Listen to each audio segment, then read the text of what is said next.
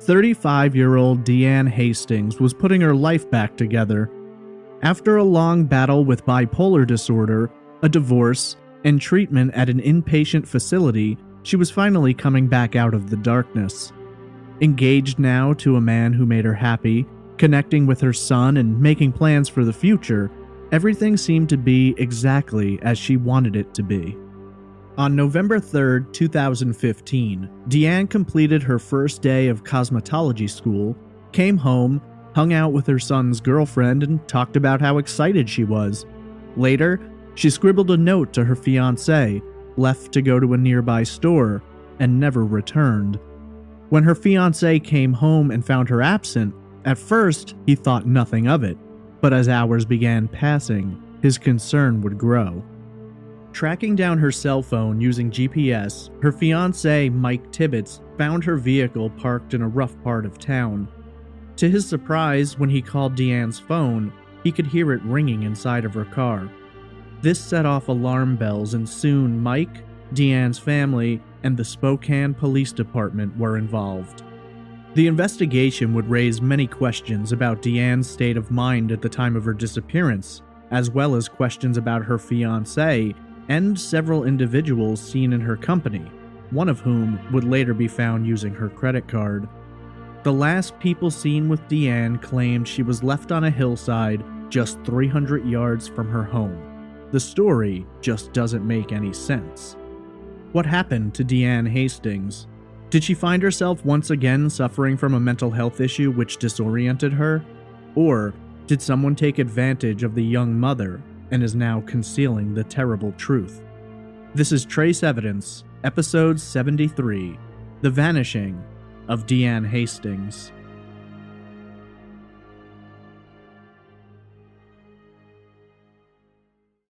Welcome to Trace Evidence. I'm your host, Steven Pacheco. Today we examine the disturbing disappearance of Deanne Hastings from Spokane, Washington in November of 2015. Before getting into the case, just a few notes about the show. Trace Evidence is a weekly true crime podcast focused on unsolved murders and disappearances, examining a different case each Monday. If you have questions, comments, or case suggestions, email me at traceevidencepod@gmail.com. Follow me on Twitter @TraceEvPod, on Instagram @TraceEvidencePod, or join the Facebook discussion group simply by searching for Trace Evidence. You can visit the website at trace-evidence.com for full episodes, social media links, merchandise, and much more. Trace Evidence is also on Patreon, so if you would like to support the show, please visit patreon.com/traceevidence, where you can get rewards such as stickers, pins, and commercial-free episodes. There's also a PayPal donation link on the website for those of you who don't wish to go through Patreon. This show is a complete one-man operation, and your support is greatly appreciated. Today we examine the disappearance of Deanne Hastings.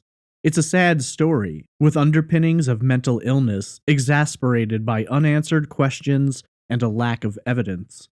This is episode 73, The Vanishing of Deanne Hastings.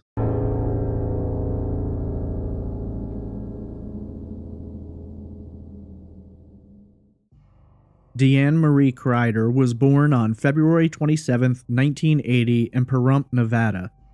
Deanne was the family's second child, with her older brother Carson having been born nearly 3 years earlier. Pahrump is an unincorporated town in Nye County, covering 364 square miles with a population of just over 36,000. The locals were relatively spread out, with there being large swaths of land between residences. It wasn't uncommon for the nearest neighbor to be several miles away, but this provided Deanne and Carson with a giant sandbox to play in, and they certainly went about enjoying every moment of it. According to Carson, they had an amazing childhood thanks to having great parents. This was, in part, due to the fact that their parents were very actively involved in their lives. Deanne's mother, Patricia, later explained, quote, "We would go every place together, on picnics and hikes and bike rides. We were always a team," end quote. It's clear from friends and family how tight-knit they all were, supporting one another, having fun, and spending as much time together as they could. They were, in a sense, the quintessential American family. From an early age, Deanne's intelligence and tenderness was apparent. She was very caring and loving to those around her. She was also a beautiful little girl from day one, and as she grew, it only became more apparent that someday she was going to knock the boys out. But it wasn't all just about a pretty smile and styled hair for Deanne. She wasn't afraid to get down in the dirt, pick up lizards, swing sticks like swords, and jump from tall rocks and hills. Patricia later defined Deanne as amazing, brilliant, talented, and fearless. Her brilliance was apparent in school, where she consistently earned high marks and praise from her teachers. While Pahrump had offered the family a calm, quiet, and isolated environment in which to be together, around the time Deanne was entering 4th grade, the family packed up their belongings and moved to Spokane, Washington, some 1,200 miles to the north. Spokane is quite different from Nevada in everything from climate to population and layout. While Pahrump had been spread out and vast, Spokane was smaller and more condensed, with over 200,000 residents living in just 60 square miles. Just 92 miles south of the Canadian border and 18 from the neighboring state of Idaho, it certainly offered a vastly different experience than what they were all used to. And yet, the children loved the new city, and Washington seemed to agree with the family. Here, the kids would now have the chance to grow up in a more typical American structure, with the nearest houses right across the street, rather than miles down the road. While the transition to Spokane had been easy, and Deanne was thriving in her new environment, things would take a dramatic shift in 1996, when Deanne was 15 years old. It was at this time that, while her brother was preparing to move to Texas, as he was joining the Navy, Deanne's parents informed the kids that they'd be separating. Deanne took it hard, and according to Patricia, quote, "After that, she really turned. It's like something in her spirit broke." End quote. Deanne's father moved out, Carson went down to Texas, and for a time, it was just Deanne and Patricia living together. Patricia would later describe Deanne as not only her daughter, but her best friend. The two shared everything with one another, and while the circumstances may not have been optimal, this did seem to bring mother and daughter closer together. While it was just the two women in the home, all of that was going to change. When Deanne was 17, she visited her mother at work during a lunch break. It was here that Deanne would tell Patricia the news. She was pregnant with her first child, a son she'd go on to name Hayden. Hayden's father was a young man Deanne had been seeing. They were in school together. While the two were still just high school teenagers, this didn't impact their dedication to being good parents. And when Hayden was born in July of 1998, both parents would work hard to provide a good environment for their son. Part of this would include Deanne moving in with the father of her son.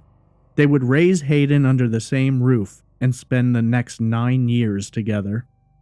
After nearly a decade together, with the young couple having transitioned into their mid-20s, issues had arisen that could no longer be controlled, and they agreed to separate.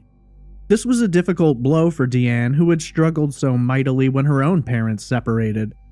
Ultimately, the 27-year-old would return to live with her mother. It was also around this time that Deanne would be diagnosed with bipolar disorder, which, while providing some insight into issues Deanne had experienced throughout her life, would slowly spin out of control, despite her efforts to keep the mental health issue at bay. Unfortunately, even with the diagnosis, treatment options simply didn't seem to be working, and Deanne began to experience what her family has since referred to as episodes. Patricia described these episodes by explaining, quote, "She would have periods where I almost didn't recognize her, and I was afraid of what was happening to her. Sometimes she would come back and she would be Deanne, and she would be bright and happy and lovely, and then other times, most of the time, she was very difficult. So it was, I had just lost my best friend. I lost my daughter." End quote. These times were extremely difficult for both Patricia and Deanne. both of whom were struggling to find the answers. Patricia began researching bipolar disorder and every possible option she could find to help quell the storm inside of Deanne's mind, but little, if anything, worked. During these episodes, Deanne would feel ashamed of her behavior, aware that she was hurting those she loved. In order to help set her head straight and to save her loved ones from her behavior, Deanne would disappear for a handful of days at a time. Carson explained it, saying, quote, "She would disappear for 2 or 3 days, and she was doing that because she didn't want people to see her like that. And then she would come out of the episode, and she would be absolutely drained and would sleep, and then would apologize and feel embarrassed for everything that she did." End quote. These episodes typically lasted only a few days, during which time Deanne would be out of sight, but not unreachable. She always kept her phone with her, would sporadically answer text messages, and mostly be overly apologetic in her responses. She tried everything: counseling, medication, therapy, but nothing seemed to work. Whatever the combination was to how this particular disorder affected her, nobody could quite crack it. As a result of these episodes, the decision was made to send Hayden to live with his father. Deanne could see him anytime she wanted, but the unpredictability of her bipolar simply made it impossible for her to be safely alone with her son. It was around this time that the decision was made for Deanne to travel south, to live with her brother in Texas for a time, to try and get things under control, to create a fresh start. The family hoped a change of environment might be good for her mind and body. Remarkably, the change of scenery really seemed to help. Soon Deanne's episodes became fewer and further between. She started to put the pieces of her life back together, and the bright, bubbly, and loving young woman began to blossom. Texas seemed to agree with her, and while she was there, she finished up school to be a nurse's assistant. While Texas provided a new world for Deanne to explore, it would also introduce her to a new love. Randy was in boot camp and a friend of Carson's, and when he met Deanne, it was clear there was something special between them. Carson was excited as he thought highly of Randy and saw how well he treated his sister. Inside of 6 months, the couple decided to move in together, and just 3 months later, they made the decision to get married. Together, they would have a son and a daughter, and while things had been going so well, Deanne's episodes would suddenly return. At first, the episodes weren't as intense and were able to be controlled, but with each subsequent occurrence, they'd become stronger. Soon the strain these episodes put on the marriage became too much to bear, and after 9 years together, Deanne and Randy decided to go their separate ways. Randy, though, was concerned. Being in the military, he could be deployed anywhere, at any time, and this would leave Deanne as the sole parent raising their 2 young children. If her episodes continued to worsen, there was a concern about their safety. At that time, the decision was made that Deanne would return to Washington, where she and her 2 young children would move in with Patricia. Unfortunately, the return to Washington didn't seem to help with her issues, and soon, Deanne was experiencing the worst episodes of her life. It was at this time she made the decision to seek additional help. Crossing the border into Idaho, Deanne checked herself into an inpatient treatment facility. She wanted control of her life back, to find the solution to this issue, put a stop to the episodes, and most importantly, to earn back the right to raise her children on her own. Deanne's choice showed not only how determined she was to correct the issue, but how aware she was of what it was doing not only to herself, but to those she loved. For her family, it was a relief. They felt that finally, maybe the secret of Deanne's bipolar could finally be uncovered, and with additional medications and therapy, they might find a way to return balance to her life. Upon completion of the program, Deanne seemed to be much improved. She returned to Washington, going to Spokane instead of back to her mother's. She needed to live on her own for a while, to be able to take care of herself, before she felt ready to take on the responsibility of raising the kids.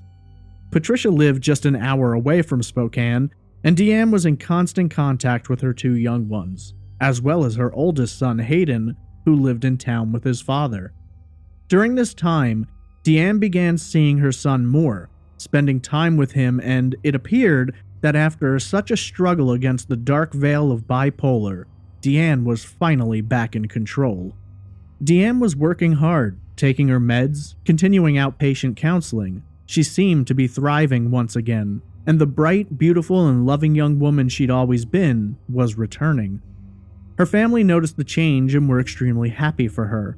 Things began falling into place when Deanne met and fell in love with a friend of a friend, Mike Tibbets. It was essentially love at first sight, the way Mike tells it. They just clicked and were drawn to one another. Their relationship developed rapidly, and Deanne seemed happy and healthy. At one point, she placed a call to her brother and explained to him how in love she was, how happy she was, that she was enjoying her life with Mike, wanted to get married again, and was hopeful about her future prospects, including controlling her bipolar and bringing her children back home. Around this same time, Deanne decided to pursue a new career, enrolling in cosmetology school. She'd always loved doing nails, makeup, making others feel beautiful. Now, it would be her career. But sadly, Deanne would only attend a single day of cosmetology school. By November of 2015, 35-year-old Deanne and her now fiance, Mike, were living together. There was intense talk of marriage, with both eager to take the first steps into their new life together. At the time, Mike worked as a project manager for an HVAC company, bringing home an income that gave him the ability to help carry much of the load while Deanne attended school. Tuesday, November 3rd, was set to be Deanne's first day at school, and from the moment she got up, it was obvious how excited she was. Mike later described Deanne that morning, saying, quote, "She was spunky, she was ready to go, she was happy. I mean, she was getting ready and running around and she was excited." End quote. Deanne would be attending the Glendow Academy, known in the area as a good institution for heading down the road of cosmetology. According to Deanne, her first day went amazingly well, and she returned home that evening excited and hopeful. Mike was working that night. He often worked the 12 p.m. to 10 p.m. shift, and Deanne would return to an empty house, but not for long. Hayden, now 17, had been dating a young woman named Melanie, and the young couple were struggling a bit. They were still young, but had important decisions to make, and at the time, Hayden, it seemed, was a little hesitant to make the full commitment. Melanie, who had grown close to Deanne in the previous months, stopped by to visit, to talk to her about the relationship, and to get her nails done. Deanne loved Melanie, and explained to her that they'd work things out, and that one day she would be her daughter-in-law, but that even in the worst-case scenario, if they broke up, she'd always be there for Melanie, and she would always see her as a surrogate daughter. Melanie left the home at approximately 9:30 p.m., with Deanne telling her to drive safely and to text her when she got home, which Melanie did. She received a text back from Deanne thanking her for letting her know she was home, telling her she loved her and that she'd see her soon. Sadly, neither Melanie nor any of Deanne's family would ever see her again. When Mike arrived home just 30 minutes to an hour later, he found the house empty. He came across a note, allegedly written by Deanne, which explains that she'd had a good day, just finished doing Melanie's nails, and was going to make a run to the store, located just 5 miles away. Mike thinks little of this until hours begin passing and Deanne hasn't returned. At approximately 11:30 p.m., some 2 hours after Deanne was last seen, Mike decided to drive down to the store, wondering if perhaps Deanne had experienced car trouble along the way. Mike didn't see Deanne anywhere along the way, and when he arrived at the store, it was closed. There was no sign of Deanne or her car at the store, so Mike began driving around looking for his fiancée. Finally, around 2:30 in the morning, Mike realized that he could actually track the location of Deanne's phone through their account. Upon receiving the GPS coordinates, Mike began driving towards them, but soon found himself entering a part of Spokane that can be a little rough. He found Deanne's vehicle parked in a public parking lot at 919 West Sprague Avenue, directly across the street from the Knitting Factory, part of a small national chain of venues where musicians, comedians, and other entertainers put on shows, as well as there being a bar. When Mike arrived at the car at approximately 3 a.m., he immediately went to inspect it. He found the doors locked and he doesn't have a copy of Deanne's keys, so all he could do was peer inside the windows. Nothing appeared to be amiss or out of order, and since the car was there, Mike assumed Deanne must be nearby. Knowing that she never goes anywhere without her phone, Mike figured he might have just missed her, and so he takes out his own phone and calls, but then his stomach drops. From inside the car, Mike can hear Deanne's phone ringing, and when he peers back through the window, he can see the glow of her phone emanating from inside of her purse, which has also been left inside the car. Without a way to get into the car or any idea of where Deanne might be, Mike decided to wait there, assuming she'd be back. Mike was still waiting in the parking lot when the sun came up on Wednesday, November 4th, and sometime close to 8 a.m., he decided to make a call to the cosmetology school, wondering if by some chance Deanne had made it there. It's at this time he was informed that Deanne did not arrive for her second day of school. When he explained the situation to the man from the Glendow Academy, the man made Mike an offer to help run off some missing persons flyers for him to get them put up around town. Mike agreed, and while the flyers were being printed, he gathered a few friends and together they all went around town, putting up the flyers on every surface they could stick them to. Mike figured the sooner they can get the word out, the sooner they can find Deanne. While papering the town, Mike received an alert from the credit card company that one of their cards was being used at the grocery store, the trading company, in the small town of Cheney, located approximately 15 miles southwest of Spokane. For whatever reason, though, Mike elected not to head to the store. Instead, he stakes out Deanne's car, assuming that since she's been to the grocery store, she'll come back to drive home. This is a decision he will later regret, and one of several which will raise questions for investigators. I should note, according to maps and documents I've examined, this particular store was not located near Deanne's vehicle, though it was later expressed that Mike returned to her vehicle because it was only 4 miles from the store.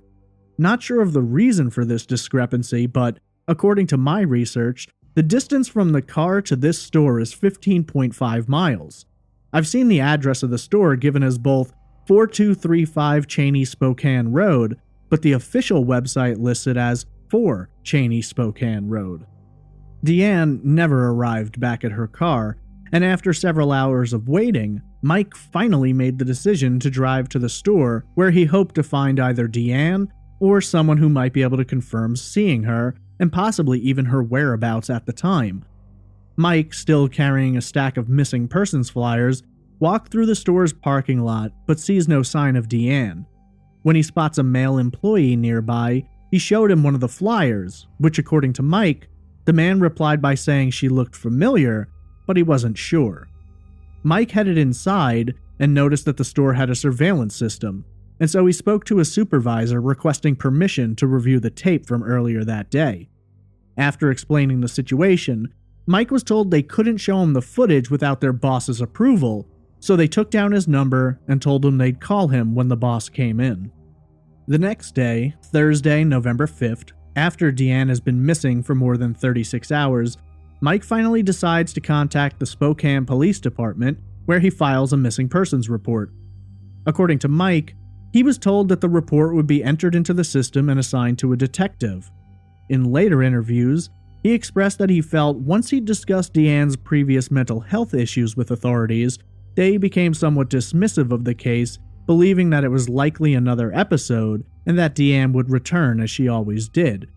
According to the department, they don't consider missing persons cases a top priority as they often resolve themselves, whatever that means. An investigator would not begin looking into the case until Monday, November 8th, 5 days after Deanne was last seen. Washington, I should note, is one of the top 5 states for missing persons, ranking at number 4, with more than 643 open cases, many of which center around densely populated areas, such as Spokane and the Spokane Valley. After filing the report and feeling brushed off, Mike didn't know what to do.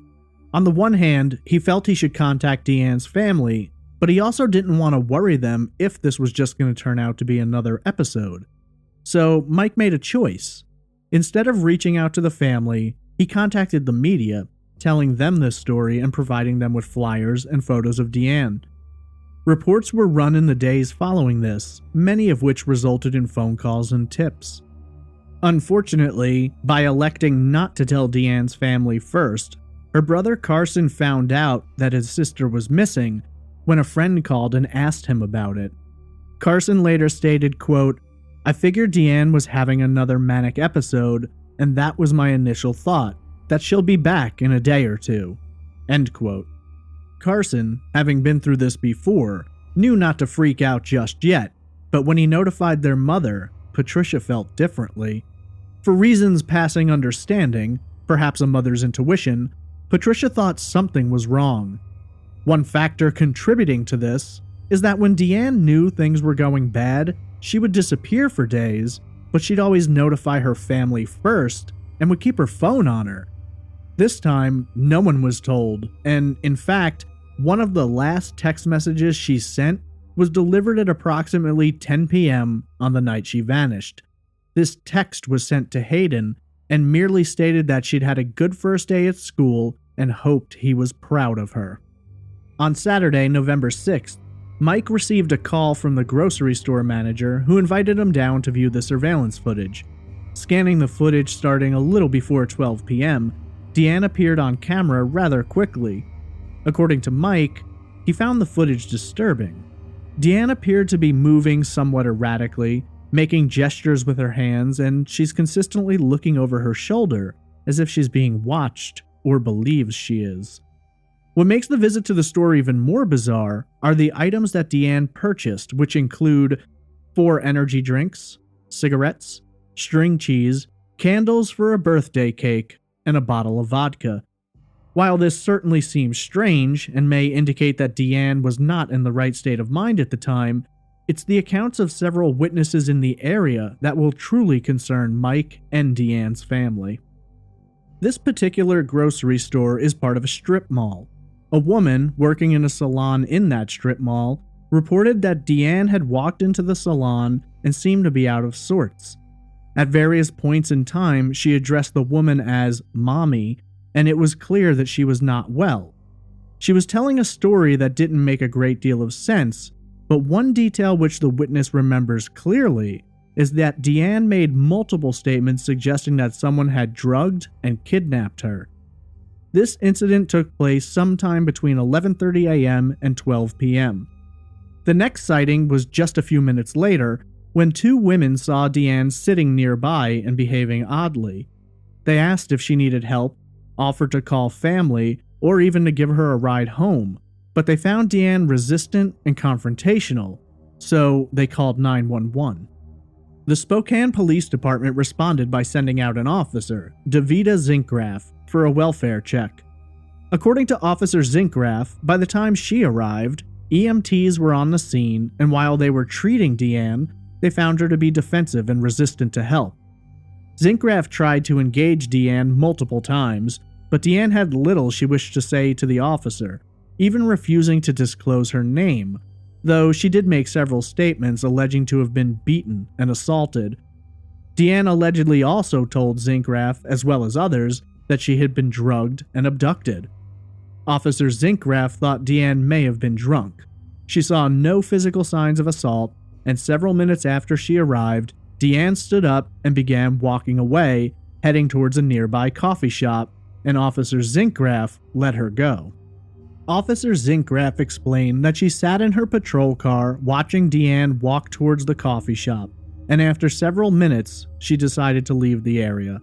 When the family learned of this report, they were extremely upset that the officer had done nothing to help Deanne, though Officer Zinkgraf later stated, quote, "We don't have a public intoxication law here in Spokane, and since she seemed to be able to take care of herself, I didn't have a lawful reason to detain her."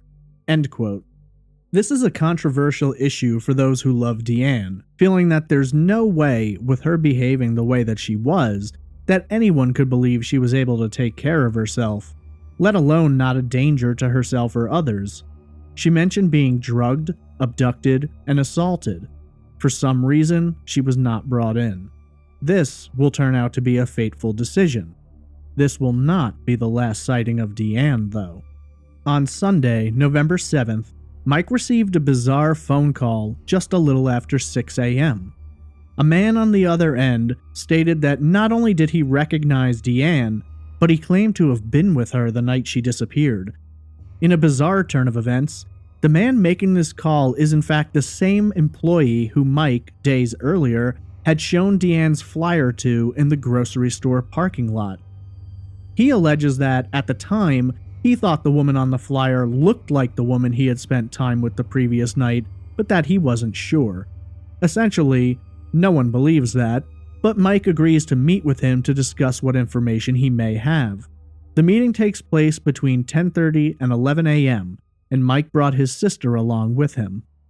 According to the man, he met Deanne when he walked out of the knitting factory to have a cigarette and found her standing on the sidewalk.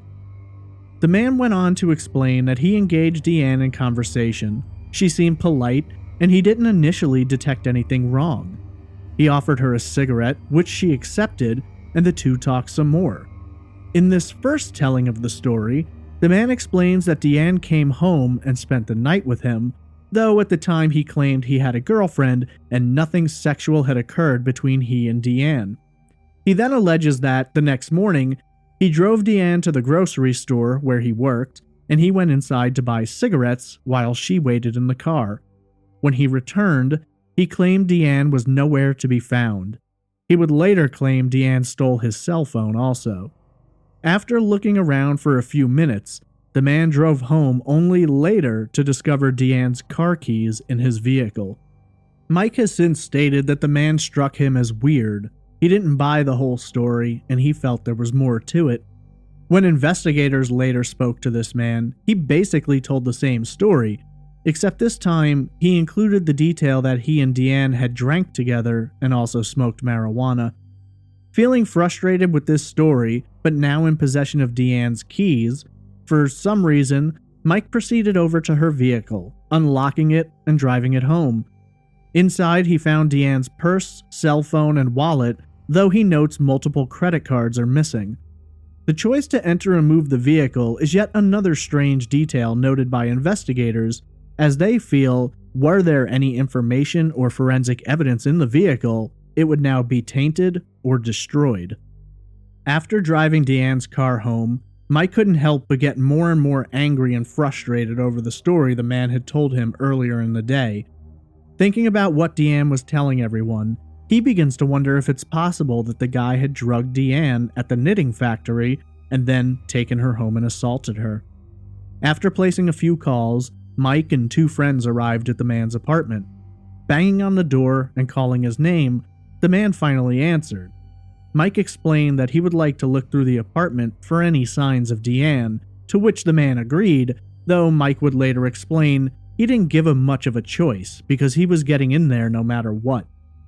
After thoroughly looking through every room and examining every angle of the apartment, Mike saw nothing that belonged to Deanne, and he had no sign of her either. In what many have considered a suspicious move, the man left Washington State, returning to his home state of Florida fairly rapidly after Deanne's disappearance. Overwhelmed and confounded, Mike drove around town for hours looking for Deanne, as he did every night. On Monday, November 8th, Deanne's file finally falls onto the desk of Detective Jeff Barrington of the Spokane Police Department's Major Crimes Unit. After familiarizing himself with the details, Barrington's first decision is to pull Deanne's phone records, though he finds nothing suspicious in them, and even pings issued on her phone reveal nothing since she had left it behind in her car. His next idea was to monitor Deanne's credit cards, and this choice paid dividends just a few days later. From the period of Sunday, November 7th to Thursday the 12th, Deanne's cards had been used multiple times, all around Spokane and the Spokane Valley. The cards were mostly used in convenience stores, pharmacies, and grocery stores. Tracking the usage of the cards, Detective Barrington is able to view the surveillance footage in a Wilco store at the time of one of the transactions, revealing the person using Deanne's cards, and it definitely wasn't Deanne. In the footage, a light-skinned male dressed in a black hooded sweater with yellow lines and a black hat can be seen. Additional footage shows the same man exiting the store with two other individuals. Barrington released the photos to the press, and within the first hour, multiple calls came in identifying the man as Randy Riley. A quick check of the system showed that Riley had been arrested before and had a minor criminal record.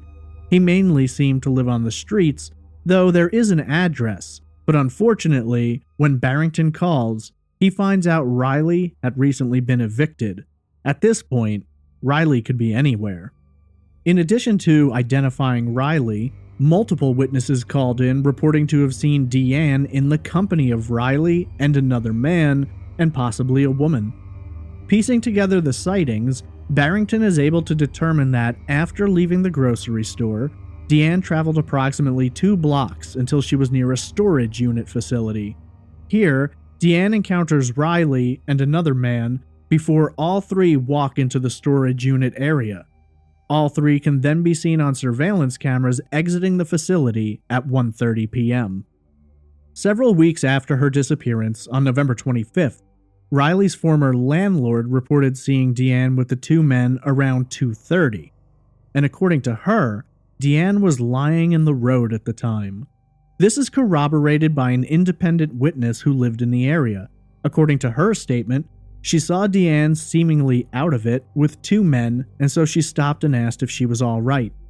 Allegedly, Deanne responded that she was going through a divorce and having a rough time. The woman noted that Deanne appeared to be intoxicated, but felt her answers were normal, and she didn't say anything that made her feel like there was a major problem, and so she drove off. In an attempt to track down Riley, now with evidence that Deanne was last seen in his company, Detective Barrington visits his mother, with whom he has stayed at various points in time. During the discussion with the mother, she suggests that the detective visit a local restaurant that Riley is known to frequent. Barrington headed down towards the restaurant, and to his luck, he found Randy Riley hanging around outside. At this time, Riley was questioned, and initially, he tells a story that seems somewhat believable. According to Riley, he and his friend, James, met Deanne near the storage unit. The three spent the day hanging out together and drinking. Riley alleges that Deanne gave him her credit cards and told him to go get himself something to eat. When asked about Deanne's whereabouts, Riley claims to have no knowledge. Barrington believes some of the story, though he's highly skeptical about the credit card part of it. Several weeks after her disappearance, Deanne's license was found in downtown Spokane, outside of Sonnenberg's Deli. At first, this sparked hope, with some believing that Deanne may still be wandering around, just not knowing what is truly happening and experiencing an episode. This hope, however, will be dashed the next month when Randy Riley speaks to investigators again. On December 10th, Riley was officially charged with second-degree identity theft and possession of stolen property. This time, he's brought in for an official interview, and he changes some of the details in his story. Now he claims that Deanne had gone up the hill to relieve herself in a bush and never come back. Then, the following day, as he and James were driving by, moving Riley's belongings out of the apartment he was evicted from, they passed by the area where Deanne had previously been. Riley claims they found her coat and shoes there.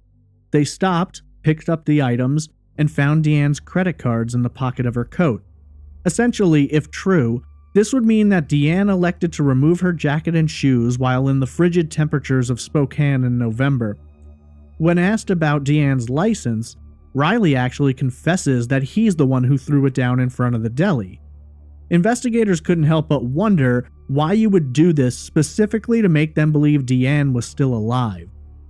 Barrington leans hard on Riley, but he swears up and down that the last time he saw Deanne, she was alive and well. He will ultimately plead guilty to his charges and be sentenced to 13 months in prison. Having nowhere to go with Riley, Barrington next spoke to James, who essentially told the same story as Riley, though some of the details were different. James claims that when Deanne went up the hill to relieve herself in a bush, he went to check on her after a few minutes, but she didn't want to move from that spot. He says he went back down the hill, told Riley, and Riley went up to check on Deanne. According to James, Riley was up there for 5 to 10 minutes before coming back down, alone. James did not see Deanne after that. What is truly disturbing about all of this is that the bush and the hill where the men showed investigators that all of this took place was just over 300 yards from Deanne's home. Riley claimed Deanne said she was going home. If that was her plan, she almost made it, but what stopped her? Barrington examined the area and organized a search. To aid with the search, investigators were brought in to search on foot with the assistance of cadaver dogs. All the while, a plane was flown over the area multiple times, utilizing cameras with heat sensors.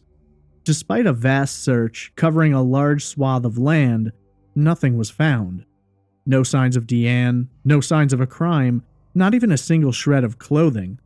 For Barrington, he didn't quite know what to make of it. Stuck in a dead end where he's suspicious of Riley and James, but has no evidence, he began to look for other possibilities, and this led him to examine Mike Tibbets, Deanne's fiance. While Mike had told investigators that he and Deanne were happy and there were no issues, several people contradicted this, including Melanie and Deanne's best friend, Amanda Ladd. While they didn't know details, both women explained that Deanne had reported multiple arguments and confrontations with Mike in recent weeks. Amanda actually provided Detective Barrington with text messages she received from Deanne. One of these texts, dated October 20th, just 2 weeks before her disappearance, states, quote, "I want out, honestly, Amanda. I'm 99% sure he drugged me the other night." End quote. Amanda claims Deanne had wanted to leave Mike for weeks.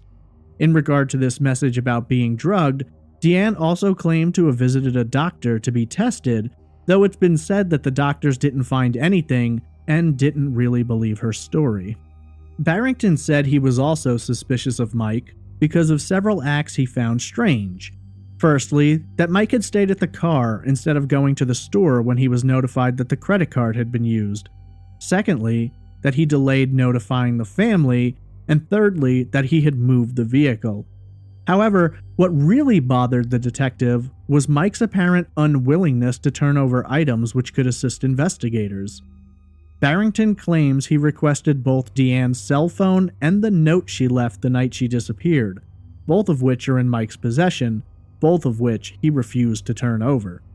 In his defense, Mike claimed that the note was the last thing Deanne had written him, and there were pictures on the phone of the two of them, and he was afraid if he turned these items over, he might not get them back. In regard to the mentions of being drugged, well, there might actually be an explanation for that.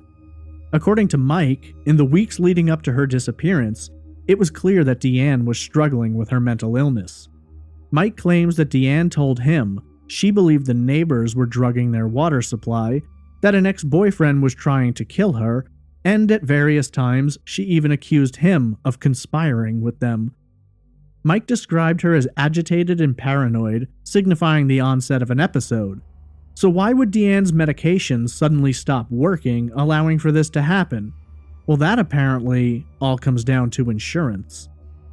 Deanne had recently received insurance from the state to assist with medical costs and prescriptions. At the time, they notified Deanne that they were not going to pay for her meds and that she needed to take a different kind, one which they would cover. The problem was that Deanne had been on other medications and only her current ones seemed to work. She appealed the ruling, even going so far as to get a note from her doctor stating that she needed to be on that specific medication. But again, the state apparently ruled against her and denied the meds. Mike claims that he offered to pay for the meds out of pocket, bypassing the insurance altogether, but Deanne was allegedly told that if she procured medication via a third-party source, they would drop her from the insurance completely. According to Mike, Deanne hadn't been on her proper medication for a month and possibly up to 6 weeks before she disappeared. Suddenly, pieces started falling into place, but questions remained. Had Deanne been drugged, assaulted, or otherwise interfered with, or were her statements all connected to a manic episode? Unfortunately, it's difficult to know for certain. and the utter lack of evidence doesn't make the picture any less cloudy. All that is known for certain is that when Deanne was last seen, she clearly wasn't in her right state of mind, and the last people known to have been with her were Randy Riley and his friend James. Riley was now in jail. Later, in an interview with the media while incarcerated, Riley changed his story again, this time alleging that he and James left Deanne standing on the side of the road and that they had been together for no longer than a few hours. Sadly, with nowhere to go, and now well into the month of December, the case began growing cold. Carson took on the role of family liaison with the media and law enforcement. Patricia, however, found it difficult to deal with. She was torn between going out there and trying to find Deanne and trying to maintain a stable environment for her grandchildren. Her own emotions are stirred up. She felt unable to fully deal with everything, and so she elected to back off, taking care of the kids and trying to ensure that their lives aren't disrupted. Some days, she wants to know everything Carson has to say. Other days, she just isn't emotionally strong enough to ask if there's any news. It's a difficult position for Deanne's mother. Trying to do what's best for Deanne's children is the only option she sees as a possibility for her. In January of 2016, Amanda Ladd received a message via the Deanne Hastings' missing Facebook page. The message was from James, the man who had been with Riley and Deanne. He seemed frantic and upset. He claimed to be having some sort of a mental breakdown. In the message, he was emphatic that he needed to speak with a member of the family, that he'll tell them anything they want to know. When he finally did speak with Carson, it was a confrontational discussion, and James went back to his original story, shedding no new light or information. Carson believes James wanted to confess something, but either changed his mind or was too scared to do it. On February 27th, what would have been Deanne's 36th birthday, Amanda organized a search effort. Many of Deanne's friends from high school, as well as neighbors, acquaintances, and even total strangers participated. They covered the area where Riley and James claimed Deanne was last seen. Once again, hundreds of searchers combed over every inch of that area, and once again, not a single thing was found. Carson elected not to participate in the search, stating later, quote, "I didn't want to be there if they found something, so I wasn't very hopeful." End quote. Mike would later say he had searched that area over and over again. And sadly, the case basically goes dark there. There have been no further sightings of Deanne. There's been no activity on any of her accounts. There have been no arrests or psych holds connected to her. Deanne seems to have vanished when she was so close to home. For the family, it's difficult to hold on to hope.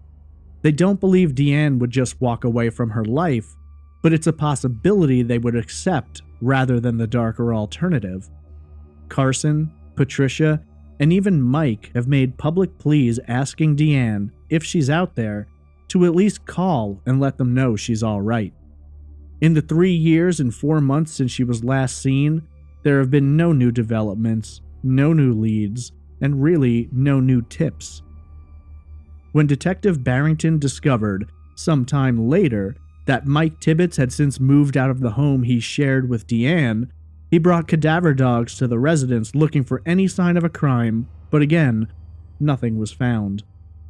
With no new information, and not a great deal to work with to begin with, 2 main theories have been suggested as to what may have happened to Deanne Hastings that cold November night in 2015. The first of these theories addresses the possibility that Deanne, suffering from a manic episode, may have continued wandering on her own, eventually ending up somewhere far from home, slipping further into her mania. Many believe Deanne is still alive out there, but simply is too mentally impaired to even know that she's a missing person. It's also been considered a possibility that Deanne could have been in such a state of mental confusion that someone may have used this to their advantage to abduct the young mother. The second theory suggests that Deanne may have disappeared as the result of foul play. When it comes to this possibility, there are a handful of individuals who are considered likely assailants. James and Riley are certainly on that list, along with the man who claimed to have spent the night with Deanne. And of course, there is the possibility that her own fiance, Mike Tibbets, may have more information than he has shared with authorities. When last seen, Deanne Hastings was described as being a Caucasian female with natural brown hair, though it has been dyed blonde, and brown eyes, standing 5 foot 4 inches tall and weighing approximately 120 pounds. Deanne has several tattoos. On her abdomen is a large flower and the names Brock, Brooklyn, and Hayden. On her lower back, she has tribal artwork. On her upper back are the sun, moon, and stars, and on her neck is Thor's hammer with several rune markings. Deanne was last seen on Inland Empire Way in Spokane, Washington on November 4th, 2015. Deanne's disappearance wasn't that long ago, and while this case is cold, it isn't quite frozen. There's still a wealth of possibilities and the hope that if someone does have any information, they may yet come forward with it. If alive today, Deanne would be 39 years old. Her children have been without her for far too long, and her oldest son did go on to marry the girl Deanne hoped would be her daughter-in-law. It was hard for the family with Deanne's absence, but they also believe she would be happy to know that her children are loved and cared for. At this point, it's a matter of waiting and hoping that either Deanne will reappear or someone will finally reveal the truth.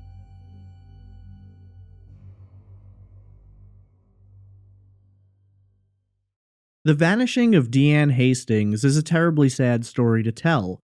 A family, already racked by the difficulty and pain of watching a loved one struggle with a mental illness, now has to confront the reality that she may be never coming home. There were multiple opportunities for someone to intercede and give Deanne the assistance she needed, one of which was a police officer, and frankly, to this moment, I don't understand how you could just let her walk away when it's evidently clear something is wrong. It's just mind-blowing, but it also speaks to the state of mental health awareness in this country. Mental illness is still, in many ways, misunderstood and treated as some kind of stigma. This is not the first case I've done where improper handling of someone suffering from a psychological disorder led to disaster. Deanne was last seen by witnesses on Inland Empire Way. This is the same road that Randy Riley and his friend James claimed to have been on with Deanne when she walked up a hill to a bush to relieve herself and never came back down. The question really becomes, while we know at the time Deanne was obviously suffering from a psychological issue, was she when she left the house to go to the store? In order to really address that, let's dig into the first theory, that Deanne is out there somewhere, possibly still alive, but that her disappearance is less connected to a crime and more so associated with her mental illness, leading her to wandering off. According to the family, Deanne struggled with bipolar from around the age of 15. It wasn't officially diagnosed until she was 25, so I can't imagine during those 10 years that she was getting any kind of treatment that was actually going to help her. After the diagnosis, at least they knew what they were up against and the possible options in relation to it. The family have been pretty upfront about the fact that, for a while, Deanne was very much opposed to getting medical treatment. Instead, it's been said she would self-medicate. This is typically done with drugs or alcohol. According to Mike, in the weeks leading up to her disappearance, Deanne was not on the prescription medication that had been working for her in the past, and she was showing signs of paranoia and the onset of an episode. One question I personally have is whether or not Deanne was known to frequent the knitting factory. All indications seem to point to no, but if she was aware of that location, and it was somewhere she had been before or was comfortable going, it might explain why her car was found there. Is it possible that Deanne was going to the bar to drink specifically to self-medicate? That's a question we simply don't have the answer to, and when she later purchased vodka, we don't know if that's a self-medication choice on her part, or if she's just so much into the manic state that it's just something she wanted. The knitting factory presents all kinds of questions, really. We're told this is where she met the man she spent the night with, before running into Riley and James the next day. Theories abound about what he may have done, but it's really a question that needs further evaluation. If Deanne was manic at the time, and that is why she behaved the way she did, that's very different from if a person slipped something into her drink or drugged her in some way to try and take advantage of her. Deanne is a very attractive woman, and even if she weren't, there are plenty of people out there who have dark intentions and would love to take advantage of a young woman, especially one they believe is going to have a hard time convincing authorities that a crime happened at all. But we'll get more into that in the second theory. We know, in the past, that Deanne, when sinking into mania, would disappear for a few days. There's even a report from the Spokane police that Deanne was missing that summer prior to this disappearance. She didn't want to subject those she loved to her erratic, aggressive behavior. But when Deanne did this, she typically told people that she was going to do it, and kept her phone on her, maintaining some way to keep in contact if she so chose. In this instance, she didn't. But is that because something happened to her, or because this particular episode was stronger than previous ones? When coming off of medications, it can sometimes be like the dam bursting, and all that stuff they'd been holding back comes surging in. That's certainly a possibility, which can't be ignored. In terms of bipolar disorder, mania and mood changes are often referred to as cycles. A cycle is the length of time from which a person goes through mania and then the depression, or vice versa. Studies have shown that the majority of bipolar patients will experience so-called mood events that last an average of 13 weeks. Now, the cycles are typically not that frequent, with some studies showing one cycle as little as once per 5 years. However, a smaller percentage reported going through cycles as frequently as once every 3 months. Interestingly, research has shown that bipolar episodes occur more often in the spring than in the fall. I should note, there is a diagnosis for rapid cycling bipolar, which is defined as someone who goes through 4 or more cycles per year, though the rapid cycling doesn't necessarily last forever and can actually occur as little as once in someone's life. Only 2.5% of Americans are diagnosed with bipolar, and of that 2.5%, only 10 to 20% experience rapid cycling. There are triggers which can cause a cycle to occur, and these include but are not limited to disruption of sleep, arguments with loved ones, alcohol and drug abuse, some medications can make it worse, seasonal changes, pregnancy or other conditions that impact hormones, and grief. We don't know exactly how many episodes Deanne had in her life, whether she was rapid cycling or if it only happened a few times a year. However, based on the description of these cycles, they certainly seem to be more towards the extreme end of things. If that's the case, then Deanne was likely struggling with an overwhelming shifting in her mood balances. Obviously, most medications didn't help her much, but at least one did. Of course, that's apparently the medication her insurance wouldn't pay for. I'm certainly no one qualified to discuss medications or diagnoses, so I have to defer to the experts in that for whatever reason. Deanne needed that specific medication. Taking her off of it could certainly have opened the door to a vastly more powerful episode. So, is it possible that Deanne, in a severe state of mania, just wandered off? Yeah, but the issue comes in when we examine how long it's been. Cycles are described as lasting hours, days, weeks, or even months, but I couldn't find anything that suggested they could last for years. So, were Deanne alive and out there and experiencing mania, there's a good likelihood that at some point she cycled around and was essentially back to her normal self. So why didn't anyone hear from her? Some have considered the possibility that she may have been deeply ashamed and embarrassed, but it seems unlikely that the loving mother would just abandon her children due to shame. While Washington State and Spokane itself have large homeless populations, it also seems unlikely that if Deanne were wandering the streets somewhere, that no one would have recognized her by now. No arrests, no mental health checks for strange behavior. It just doesn't add up. It's entirely possible that Deanne's disappearance is completely connected specifically with a manic episode leading to confusion, chaotic thought, auditory and visual hallucinations, paranoia, and all other forms of unpleasant mental distress. However, unless this led her into some situation which ultimately cost her life, or led her into the hands of someone who would want to harm or kidnap her, we simply can't know.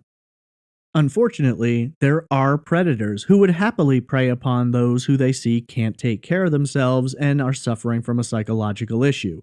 Sadly, we can't rule that out here. It's entirely possible that Deanne, after leaving Riley and James, came upon someone who offered her a ride, did something to her, abducted her, kept her against her will, took her someplace she didn't know how to get back from, or perhaps this person drugged her, fed her alcohol, and kept her mind drowning in chaos. Ultimately, there's a possibility that Deanne's disappearance is entirely bipolar related, but her failure to ever surface again seems to suggest something far more sinister. And that brings us to the second theory. The second theory argues that Deanne's disappearance is entirely related to foul play. This theory has several different potential suspects involved, so in order to address it in the most efficient way, I'll take these one possible suspect at a time. We'll begin with a completely random unknown assailant. As discussed in the previous theories, it's difficult to rule out the possibility that some total stranger could have come upon Deanne and taken advantage of the situation, abducting her under the guise of assisting her, taking control, and once Deanne was in that person's clutches and driven elsewhere, her chances of survival were quite low. She wouldn't have had the wits about her to know how to get away, let alone to possibly even realize that she was being abducted at all. Unfortunately, this is such a broad possibility, there's no way to really address it accurately without saying, yes, it's possible. In all reality, the possibilities there are fairly limitless. A passerby, someone in town, a homeless person who just happened to come upon her. Predators are in every town. However, many who examine this case believe that if Deanne did fall victim to foul play, it's more than likely we know who did it. So the first person authorities have discussed as a possibility was Deanne's fiance, Mike Tibbets. Most of this theory revolves around Mike's behavior in the days following Deanne's disappearance. Investigators found it strange that he moved the car, didn't go to the store when he got the call about the credit card, wouldn't hand over Deanne's phone or the note she allegedly left, and that Mike in general didn't seem overly cooperative with authorities. At the same time, we know that Mike felt angry with police because he believed they didn't address Deanne's case as quickly as they should have, and that they may have been prejudiced due to their knowledge of her mental health issues. When you look at the reasons why Mike was initially considered a possibility, there isn't much there. Sure, the significant other is almost always a suspect, but beyond that, there's little which seems to connect Mike to Deanne's disappearance. We know she was with Melanie until 9:30.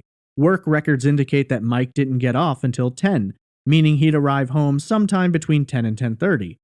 According to him, Deanne was gone at this time and left a note. The note is a sticking point for a lot of people. Deanne texted people frequently. Why would she leave a note instead of texting Mike? Well, that depends partly on her state of mind. So, let's say for argument's sake that Mike did commit this crime. Then we've got a lot of questions that there are no answers for. How did he get her car down to the knitting factory, then get back home, then drive down there to check it, especially when we consider that Deanne's keys were in someone else's possession? Beyond that, we know Deanne met someone at the knitting factory and then spent the next part of the day with Riley and James, so unless Mike somehow found Deanne after that and then committed a crime against her, all the while knowing police, her family, and the whole town were looking for her, predominantly due to him putting up flyers and contacting police, that seems like a pretty big stretch. Even Deanne's family at this point have said that Mike has told them everything they ever wanted to know, has never dodged them or avoided a question, and has appeared to be very forthcoming and involved. Authorities checked the home after Mike moved out, with cadaver dogs and other measures by which to attempt to discover if a crime had been committed there, and found nothing. Now, when you add it all up, there's pretty much nothing that connects Mike to Deanne's disappearance other than the fact that he did some stupid things, like moving the car and not handing over the phone and the note. Of course, when you weigh the evidence against what we have on other people, Mike seems pretty clean. Not to mention, he's worked hard to drum up attention for this case, has participated in searches, been part of interviews for television, and never at any time tried to distance himself from it. While Mike for some is a possibility, I'd have to say he's pretty far down the list. The next person to look at is the guy that says Deanne went home with him the night she disappeared. Not much is known about this guy. I'm not quite sure why his name was never revealed to the public. This seems to happen in cases from time to time, but it sure would be nice to know who we're looking at. Regardless, here's a guy whose story certainly sounds suspicious. According to him, he walks out of the knitting factory to have a cigarette, and there he just happens to find Deanne, apparently just standing there. He gives her a smoke, they talk, and apparently, he doesn't notice that something doesn't seem to be making sense here. It's hard to imagine, considering Deanne's behavior the next day, that she was completely put together here. Now, I should note, some people believe the man actually met Deanne inside the knitting factory, at which time he may have put a drug in her drink. That we can't know. Even if he met her the way he says he did, he still could have drugged her, especially if he convinced her to come home with him. So according to this guy, he and Deanne go back to his place, drink alcohol, smoke marijuana, and allegedly, nothing happens between them because he's got a girlfriend. One he apparently doesn't mind leaving when he left town rather quickly after speaking to the police. I'm not going to speculate about what may or may not have happened in that area, but it doesn't take a lot of intelligence to connect these dots. Then the next day, the guy drives her to his job where he's buying cigarettes, but he's not working. So apparently there were no gas stations or convenience stores closer for him to stop at. It doesn't really make sense, but maybe he's just comfortable shopping there or someone he works with gives him cigarettes under the table. Either way, he comes back to the car and Deanne's gone. Now, at one point he claimed that she stole his cell phone, but nothing's ever come from this, and I'd imagine if it were true, investigators could have pinged the device in hopes of finding where she was located, if it was still on her. The guy also claims that he looked around for a few minutes and then just decided to drive home, at which point he finds Deanne's keys in his car. From what we know of the timeline, there's a good chance that while this guy's in the store, Deanne exits the vehicle, walks into the nearby salon, and begins the first of several strange encounters that she initiates that day. There's a pretty small window of possibility here where this guy could have returned to his car, not seen her, and driven home. Multiple witnesses in the area saw Deanne behaving strangely that day. Somehow, this guy missed it. So then, when Mike presents him with the flyer, he pretends he doesn't know Deanne. Then later he calls and tells Mike the story. On the other hand, I could see this guy freaking out that the woman he spent the night with disappeared and he could be a suspect. Maybe he was intimidated by Mike and just didn't want to tell him that he'd spent the night with his fiance, or maybe he had something to hide, but I don't think it's murder. For this guy to have murdered Deanne, he'd have to have found her after she spent several hours with Riley and James. It really just doesn't add up.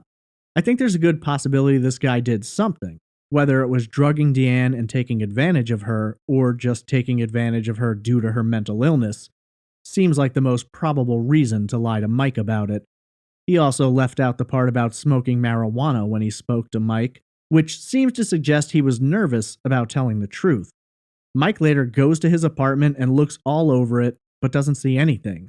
Sure, the guy could have gotten rid of any evidence by then, but not if he'd murdered her there.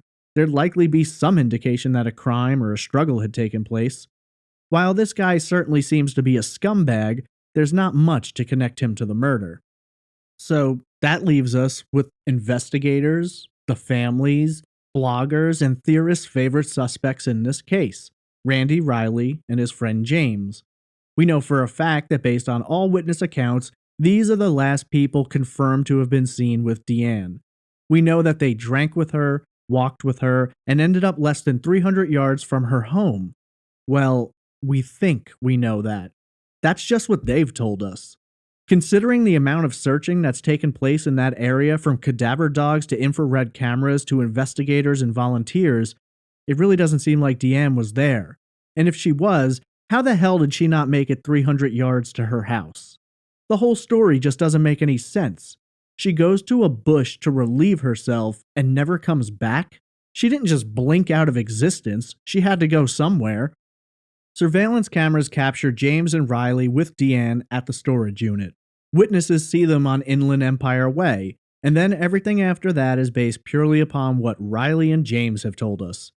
One guy, who's using her credit cards, alleging that she gave them to him, and then that he found them in her coat. The same guy who then throws her license down elsewhere in town when asked about it specifically says he did it so people would think she was still walking around. Why would you want to do that unless you have something to hide? Let's just go back for a second. After the initial story about Deanne giving him the cards gets dismissed, and he explains that he and James went back the next day, driving by the same area they'd been with Deanne, and they find that she's gone, but her jacket and shoes are there. They pick up the items for reasons that we never get. In the jacket, they allege to find her credit cards and license. After that, they dispose of her shoes and jacket. Why did they pick them up if they were just going to throw them away? It doesn't really make any sense. In fact, it makes about as much sense as the idea that a woman would toss away her jacket and shoes in the cold weather of Spokane, Washington in November. If that's not what really happened, then what did? Well, that's difficult to answer, but many have certainly considered the possibility that Riley and James led Deanne somewhere, at which time something happened. Whether that was an assault or a sexual assault that led to murder, we simply can't know, but by and large, most people don't think Deanne was left where they claim she was. There's a good chance that one or both of these men know exactly what happened to Deanne and where she might be found. The problem is a lack of evidence to pin anything on them. The only differentiation in their stories was that Riley claims they both checked on her in the bush and she didn't want to leave, so they left. And James says that Riley checked on her, was alone, was with her for 5 to 10 minutes, and then came down the hill alone. It kinda sounds like James is trying to pin something on Riley. So are we to believe that Deanne, drunk, suffering from mania, managed to get within 300 yards of her home, and not only did no one who was looking for her notice, but she then vanished into nothing from that place, leaving behind no sign that she'd ever been there? Remember, Riley had her license. He claimed she was saying she wanted to go home. It's not like he couldn't have just picked an area to point to that he knew was close to her address. Their story has about as many holes in it as a fishing net, and yet, unfortunately, while it sounds like complete fiction to everyone, there's not much we can do about it because we've got nothing else. When you sit down and take a close look, you got two men were last seen with Deanne. They claim to have been in possession of her jacket and shoes, though they later dispose of them. One of those men used her credit cards to buy things, threw her license down to make people think she was still around, admitted to using her cards without permission, and even pled guilty to crimes for which he served time related to that. The other guy, who has never been charged with anything because he never used her cards, freaks out and wants to speak to Carson, and then all of a sudden he has nothing to say. What did James want to get off his chest that day, and what made him change his mind? Did he sober up? Hard to say, but usually if you're a possible suspect in a murder, you don't say you want to talk to a family member and you'll tell them anything and then have nothing to say. Riley, to this day, says when they left, Deanne was on the side of the road, alive and well. Of course, after these two men, not a single other person ever reports seeing Deanne. I should also note, Riley has never spoken to the family. James only spoke to Carson on the phone that one time, had nothing to say, and since then, Riley, James, and the man who claimed to meet Deanne at the knitting factory all refused to answer calls from any of the family and have even blocked them on Facebook. Just what in the hell are these people hiding? Unfortunately, we may never know, but we can hope that at some point something is found or one of these people grows a conscience. They probably have told someone or mentioned it in a drunken stupor one night. Somebody must know, and they could do so much to ease a family's pain by just speaking. They don't even have to go and tell the police. They could call in an anonymous tip, yet 3 years later, and it's all silence. The Vanishing of Deanne Hastings is a heartbreaking, frustrating, difficult, and painful story to tell. A beautiful young mother, ready to go to school, to create a future, to marry a man she loves, and who is so excited about being around her children again, just disappears. The last people seen with her refuse to give answers, and without more information or evidence, authorities have no leverage with which to apply pressure. For Deanne's family, every day that passes is another missed opportunity, and another time where they imagine their phone could ring at any moment, and it could be Deanne, or it could be the police with a horrifying revelation. Until someone comes forward, new evidence is found, or Deanne herself turns up, the vanishing of Deanne Hastings remains open, unsolved, and getting colder every day.